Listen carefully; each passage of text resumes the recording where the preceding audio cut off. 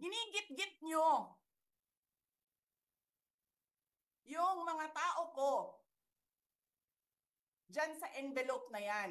Lisa Marcos, naalala mo? Nagpadala ka sa akin ng video?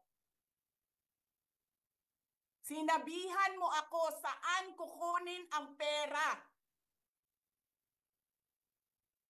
Pinakita mo ang muka ng tao doon sa video message mo. Hi, Nikki.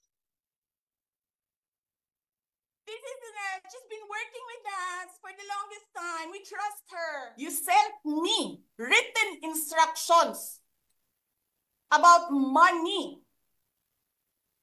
Millions a month. Anong nakalagay doon sa envelope? DepEd. Anong ginawa ko? Binigay ko sa DepEd. Putak na mukha.